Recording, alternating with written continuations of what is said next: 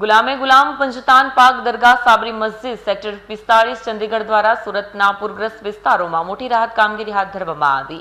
નઈમ સાબરી અને તેમની આખી ટીમે સોએબ કાદરી અને મૌલાના જાવેદ કાદરીના હસ્તે પૂરમાં ફસાયેલા અને સ્થળાંતરિત થયેલા લોકો માટે 200 રાહત કીટનું વિતરણ કર્યું। ગુલામે ગુલામ પંજતાન પાક દરગાહ સાબરી મસ્જિદ સેક્ટર 45 ચંદીગઢ દ્વારા આજે સુરતના પૂરગ્રસ્ત વિસ્તારોમાં મોટી રાહત કામગીરી હાથ ધરવામાં આવી। નઈમ સાબરી અને તેમની આખી ટીમે સોએબ કાદરી અને મૌલાના જાવેદ કાદરીના હસ્તે પૂરમાં ફસાયેલા અને સ્થળાંતરિત થયેલા લોકો માટે 200 રાહત કીટનું વિતરણ કરવામાં આવ્યું। આ પ્રસંગે નઈમ સાબરીએ જણાવ્યું કે માનવતાની સેવા એ જ આપણો ધર્મ છે અને આ મુશ્કેલ સમયમાં દરેક શક્ય સહાય પૂરી પાડવી આપણી ફરજ છે।